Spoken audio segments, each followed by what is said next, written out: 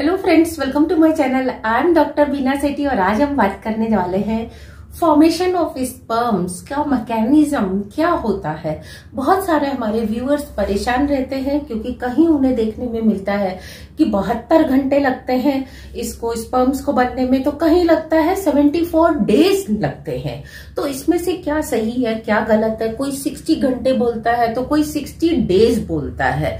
तो इस सब का क्या मैकेनिज्म होता है, इसमें कितना सच्चाई है और आपको क्या सोचना चाहिए, क्या करना चाहिए, इसके बारे में आज का हमारा ये वीडियो है। तो सबसे पहले हम आपको बता दें कि आप बहुत जगह ये पढ़ के आए हैं, ऑलरेडी आपने पढ़ लिया है कि 1500 स्पर्म्स पर सेकंड तक जनरेट हो सकते हैं। ये बात बिल्कुल सही है। इसी तरीके से अगर हम बात करें पर डे की, तो 5 ग्राम स्पर्म्स तक पर डे बन सकते हैं आपके, और इसी तरीके से 15 ग्राम तक आपका पर इजैकुलेट भी आ सकता है। तो आप कहेंगे जब 5 ग्राम एक दिन में बन रहा है तो 15 ग्राम पर इजैकुलेट कैसे आ गया?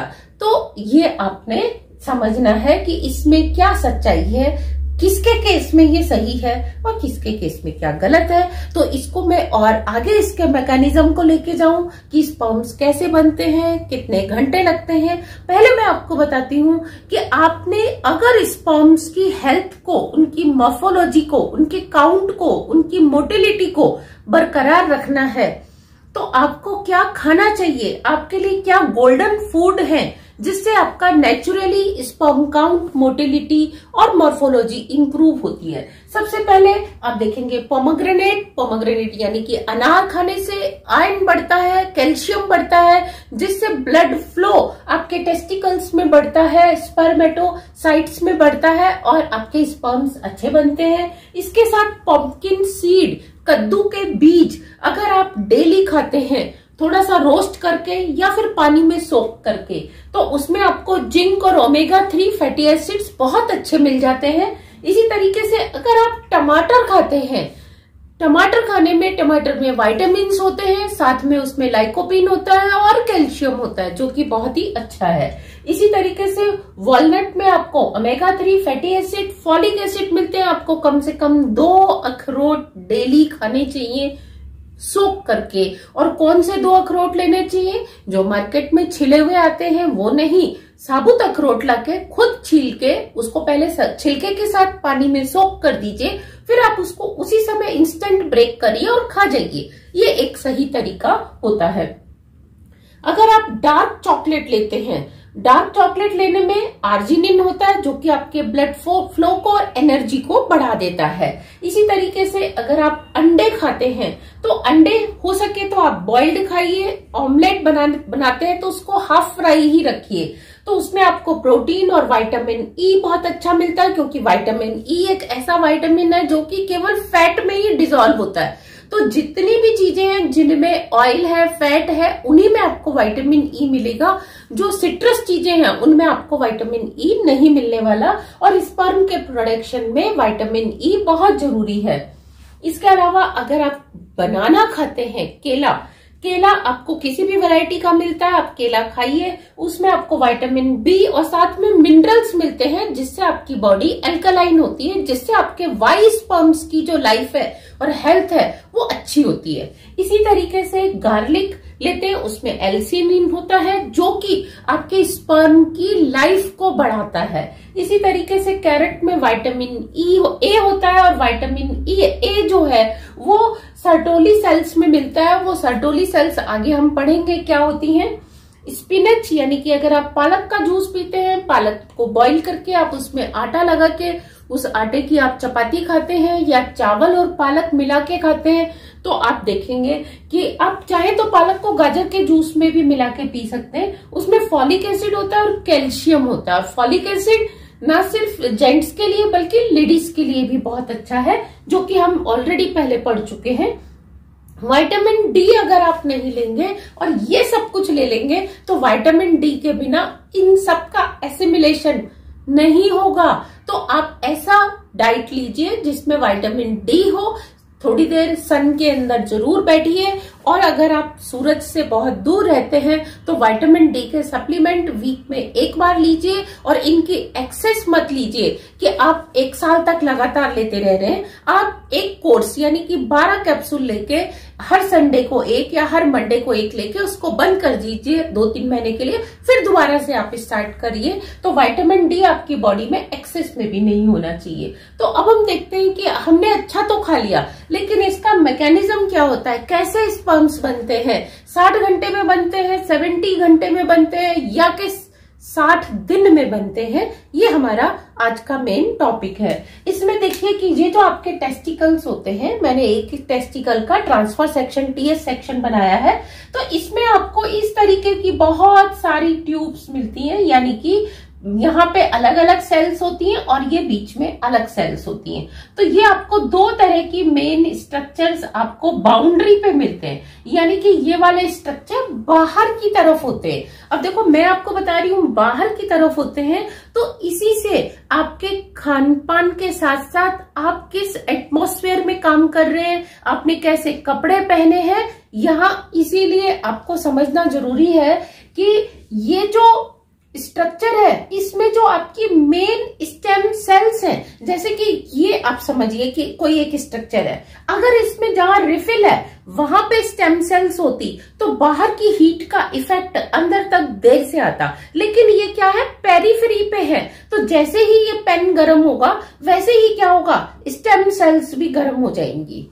और आप ये देखिए कि ये जो इसकी पेरिफेरी है, टेस्टिकल्स की जो बाहर का हिस्सा होता है पूरा की पूरा, वहां पे इस तरीके से बहुत सारी सेल्स होती हैं, और इनका पूरा जो टिश्यू है वो क्या होता है, स्पर्मेटोगोनियम भी कहलाता है, और इसको हम स्पर्मेटोसिस्ट भी कहते हैं। स्पर्मेटोगोनियम मतलब कि इसके ये ही क्या है, स्टेम सेल्स हैं।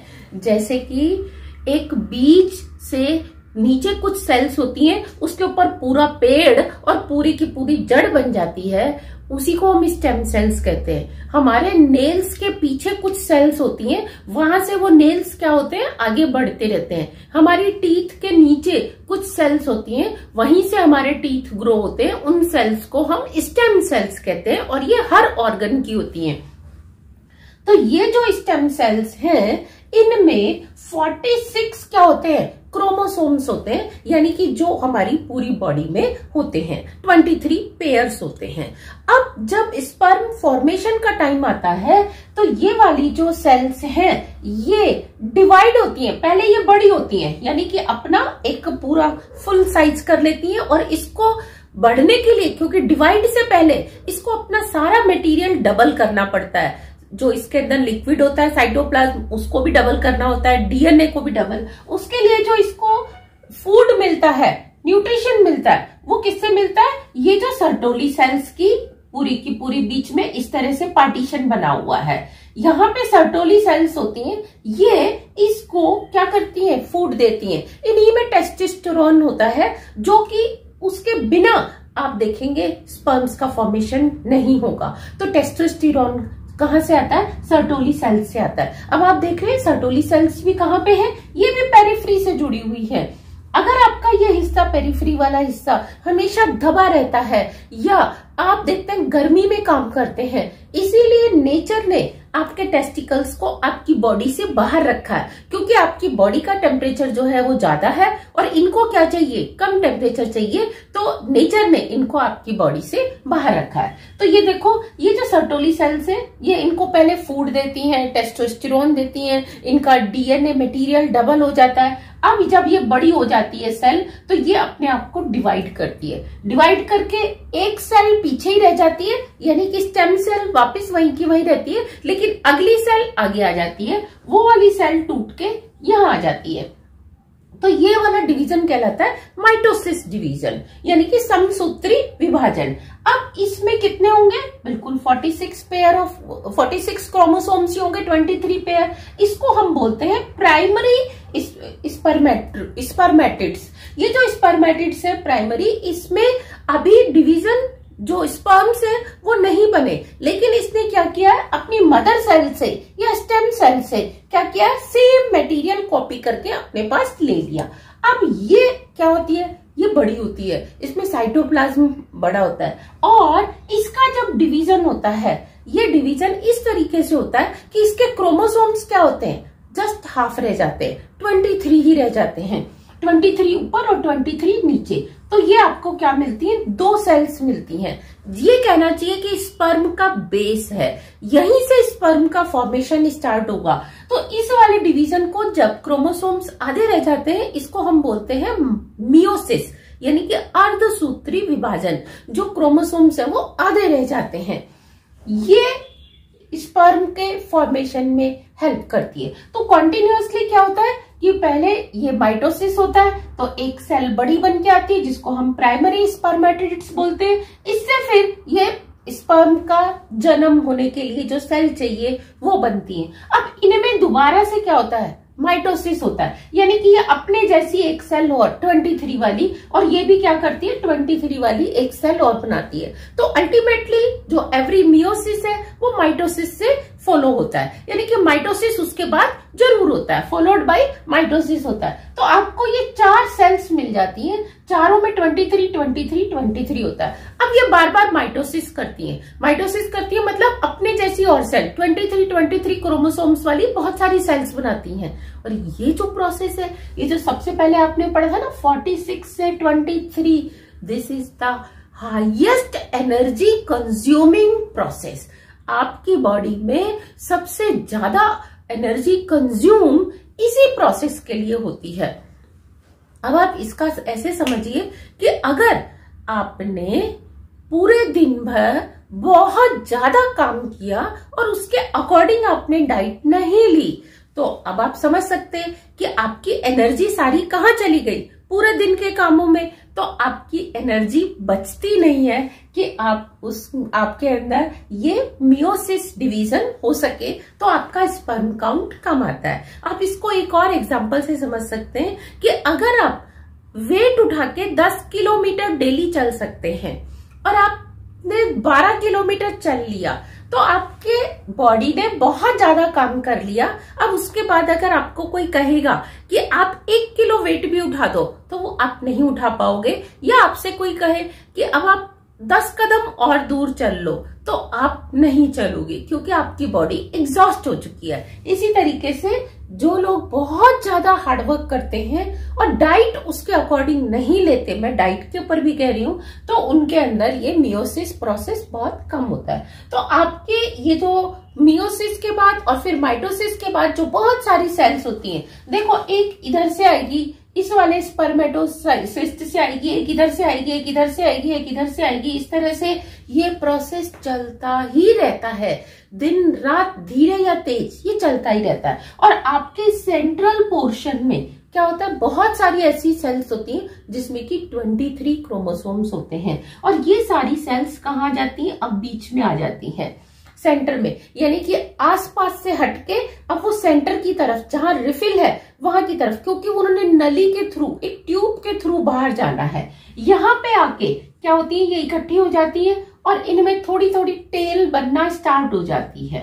ये प्रोसेस भी दिन रात आपकी बॉडी में अपने आप चलता रहता है। यहाँ से ये छोटे छोटे से स्पर्म, किसी की टेल बनी है, किसी की नहीं बनी, ये वाले सेल्स अब बाहर निकल के इसी के ऊपर एक एपिडिडाइमिस होता है, इस एपिडिडाइमिस जगह के अंदर ये सब स्टोर हो जाते हैं। तो जब आप अपनी परफॉर्मेंस देते हैं, जब आप अपना रिलेशन बनाते हैं, उस समय यहां से यहां बनने का प्रोसेस नहीं होता। उस समय केवल एपिडिडाइमिस से और आगे ट्यूब के थ्रू, यूरेथ्रा के थ्रू उनका सिर्फ इजैकुलेशन होना होता है। तो यहां से यहां आकर और जब आप रिलेशन बनाते हैं, उसमें ये जो इकट्ठा हो रहा है, स्टोर हाउस हो रहा है, यहां से यहां जाने में ये 74 डेज नहीं लगते, ये आपको केवल 36 से 72 आवर्स लगते हैं, घंटे लगते हैं यहां से यहां आके स्टोर होने में। और जब ये स्टोर हो जाते हैं, तो जैसे ही आप रिलेशन बनाते हैं उस समय वो क्या होता है, इजैकुलेट बाहर आ जाता है। तो आप कहेंगे अगर हम डेली रिलेशन बना रहे हैं तो क्या हमारे स्पर्म्स कम हो जाएंगे? जी नहीं। अगर आप डेली रिलेशन बना रहे हैं तो ये प्रोसेस जो है ना पैसिव मोड में अपने आप चलता रहता है। ऐसा नहीं होता कि आपने एक बार इजैकुलेट किया, रिलेशन बनाया और ये पूरा एपिडिडाइमिस खाली हो गया। ये आपकी गलत फहमी है। सिर्फ इसमें से जो मैच्योर्ड और जो हेल्दी स्पर्म्स होते हैं वो आगे आते हैं, बाकी के स्पर्म्स पीछे रह जाते हैं। फिर आप अगर सेम डे पे दूसरी बार रिलेशन बनाते हैं तो जो बाकी बचे हुए हैं वो आगे आ जाते हैं और यहाँ पे जो स्टोर हाउस था वो एपिडिडाइमिस में आ जाता है। तो आप एक दिन में 2 या 3 बार भी रिलेशन बना सकते हैं। अब आप कहेंगे कौन सा वाला रिलेशन जो है हेल्दी होगा कंसीव करने के लिए, फर्स्ट वाला, सेकंड वाला या थर्ड वाला? जो फर्स्ट वाला था वो आपका पुराना इकट्ठा हुआ था, वो अब मैच्योर हो गए थे, वो अब डेड होने की तरफ आगे जा रहे हैं। तो इसीलिए जब आप सेकंड टाइम रिलेशन बनाते हैं तो एकदम फ्रेश जो लॉट होता है यंग स्पर्म्स का वो बाहर आता है। इसीलिए अगर आप कंसीव करने के लिए सोच रहे हैं तो खाली ऐसा मत करिए कि ओवुलेशन डे पता किया और आपने केवल एक ही बार रिलेशन बनाया और छोड़ दिया। नहीं, आप 2 घंटे बाद, 3 घंटे बाद, जो भी आपका स्टेमिना है, आप उसके अकॉर्डिंग सेकेंड टाइम और रिलेशन बनाइए तो आपको और फ्रेश क्या मिलते हैं? स्पर्म्स मिलते हैं। और जो फ्रेश स्पर्म्स होते हैं वो हमेशा हेल्दी होते हैं। ऐसा नहीं है कि मैं आपसे कह रही हूँ कि आप जो फर्स्ट लॉट है उसको फेंक दीजिए, नहीं, उसको भी जाने दीजिए और सेकेंड लॉट को भी और थर्ड लॉट को भी आप कम से कम 3 बार रिलेशन बनाइए जिस दिन आपका ओवुलेशन है, और कोशिश करके 6 से 8 घंटे के अंदर 2 से 3 बार रिलेशन बना लीजिए। अब नेक्स्ट डे क्या होगा? नेक्स्ट डे क्योंकि यहाँ पे बहुत सारा लॉट है वो इधर आ जाएगा, तो अब जो आपका स्पर्म काउंट है वो हाफ रह जाएगा। यानी कि पहले दिन अगर आपका 100 मिलियन था तो अब सेकेंड डे अगर आप रिलेशन बनाएंगे तो वो 50 मिलियन ही आएगा। फिर इसी तरीके से जब आप थर्ड डे बनाते हैं तो वो क्या होता है, और कम हो जाता है। लेकिन एक ही दिन में जब आप बनाते हैं तो वो उतना कम नहीं होता, थोड़ा सा कम होता है लेकिन ज्यादा कम नहीं होता। तो हम क्या करें, कितने दिन बाद रिलेशन बनाएं? 1 दिन बाद, 2 दिन बाद, 3 दिन बाद। देखो, अगर आप अपना सैंपल टेस्टिंग के लिए देना चाहते हो तो उसमें 3 दिन में मैक्सिमम यहाँ तक आ सकते हैं। 3 दिन बाद क्या होता है, ये यहीं पे डेड होना स्टार्ट हो जाते हैं और ब्लड में चले जाते हैं वापस, और यहाँ से फिर और दूसरे आते रहते हैं। तो 72 आवर्स से ज्यादा का सीमन जो है वो आपकी बॉडी में इकट्ठा नहीं रह सकता। आपको इजैकुलेट करना ही पड़ता है या फिर आपका वो डेड हो जाता है। तो ये गलत फहमी निकाल दीजिए कि अगर आप 15 दिन तक रिलेशन नहीं बनाएंगे तो बिल्कुल बहुत एक्सेस में 1 लीटर के बराबर आपका कोई सीमन बन जाएगा। ऐसा नहीं है, वो डेड हो जाएगा। मैक्सिमम 3 दिन का जो है वो इकट्ठा हो सकता है। इसके बाद अब आप ये देखिए कि ये जो 74 डेज आपको जगह जगह देखने में मिलता है वो आपका यहाँ से लेके यहाँ तक का बनने का प्रोसेस होता है, और उसमें वो नेचुरली बनता रहता है। आप उसमें कुछ नहीं कर सकते। आपको जो इफेक्ट पड़ता है वो यहाँ से यहाँ आने वाले से पड़ता है। आई होप कि मैं आपको अपनी बात कन्वे कर पा रही हूँ और आप इसको समझ पा रहे हैं। तो यहाँ से यहाँ वाले प्रोसेस को भी हम हेल्दी रखने के लिए कि यहाँ पे हमारा रिजर्वायर जो है, स्टोर हाउस जो है वो हमेशा फुल रहे। ये ट्यूब के अंदर जो हैप्लॉइड सेल्स हैं, स्पर्म बनने वाली सेल्स हैं, वो क्या हो, बहुत अच्छे से, मतलब उनकी क्वांटिटी बहुत ज्यादा रहे। तो इसके लिए आपको इस तरह का जो डाइट है वो लेते रहना है। जब आप रिलेशन ही नहीं बनाते लंबे टाइम तक, 1 महीने तक, 2 महीने तक, 6 महीने तक, तो क्या होता है, उल्टा इनका डीएनए खराब होने लग जाता है और आपकी जो मसल्स हैं वो वीक होने लग जाती हैं। इसीलिए कहा जाता है कि अगर आप मास्टरबेट करते हैं तो मास्टरबेशन में भी कोई गलत नहीं है, अगर आप उसको प्रॉपरली, जेंटली और क्या कहते हैं, थोड़ा सा केयरफुली करते हैं, एकदम हार्श नहीं करते हैं।